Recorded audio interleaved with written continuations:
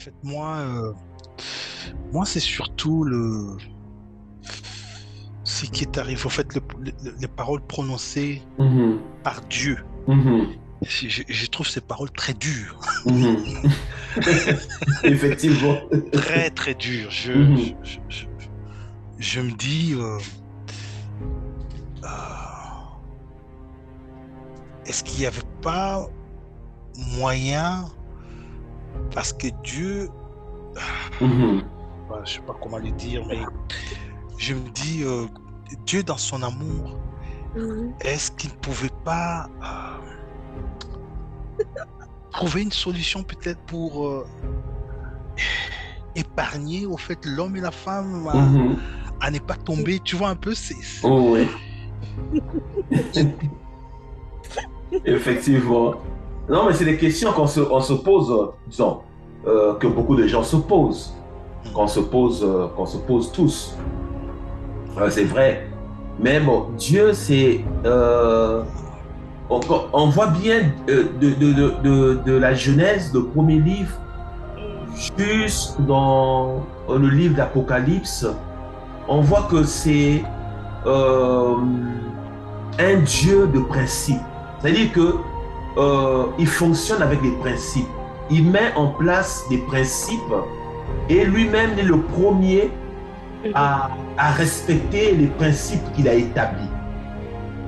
Raison pour laquelle, comme il avait donné, parce que quand il crée l'homme, il donne le pouvoir à l'homme. Il dit, la terre doit être assujettie à l'être humain. Donc, en quelque sorte, il consacre l'être humain comme étant le roi de la terre. Donc, c'est l'être humain qui doit gouverner. Nulle part, dans Genèse, dès quelque part, il a dit que voilà, je veux venir gouverner avec toi. Ou bien, bon, moi, je veux gouverner, toi, non. Vraiment, il a créé la terre, il a organisé la terre, il a mis plusieurs règnes et il a soumis tous ces règnes-là à l'être humain et il a consacré. C'est vraiment une consécration. Il a oint l'homme, il a consacré comme étant le roi de ce monde. Il lui a donné la faculté, pour qu'il, toutes les facultés nécessaires pour que l'homme soit à la hauteur de son appel, de sa vocation ou de ses responsabilités. Donc, quelque part, il est dit, les cieux appartiennent à Dieu, mais il a fait la terre et donné en héritage aux fils des hommes. Donc, autrement dit, ça veut dire que les cieux appartiennent à Dieu, mais il a fait la terre et il a donné à l'homme.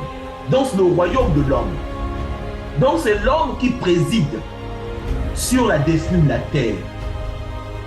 Parce qu'il fallait qu'il passe par l'homme.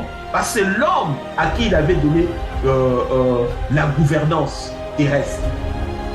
Donc, comme il est venu, comme un homme, Christ Jésus, un homme parmi les hommes, alors payant le prix, en ce moment-là, Dieu pouvait intervenir parce que son fils était un homme parmi les hommes, portant l'humanité dans sa chair. Donc là, maintenant, tu vois l'intervention de Dieu. Donc là, il trouve un moyen légal, oui, c'est le premier légaliste, hein, Dieu, un moyen légal pour secourir l'homme. Parce qu'il fait le contraire, mais Satan va lui dire, il dit, mais Dieu, toi tu mets des règles et puis tu es le premier à le violer. Ah non, Dieu est saint. Il ne peut transgresser, il ne peut violer.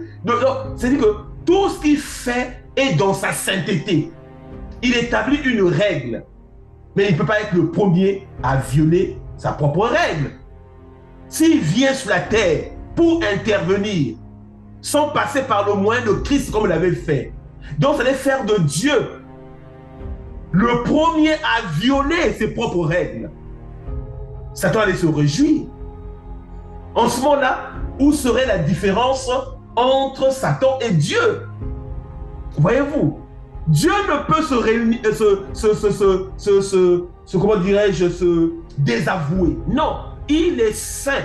Tout ce qu'il fait obéit à sa sainteté, à sa nature.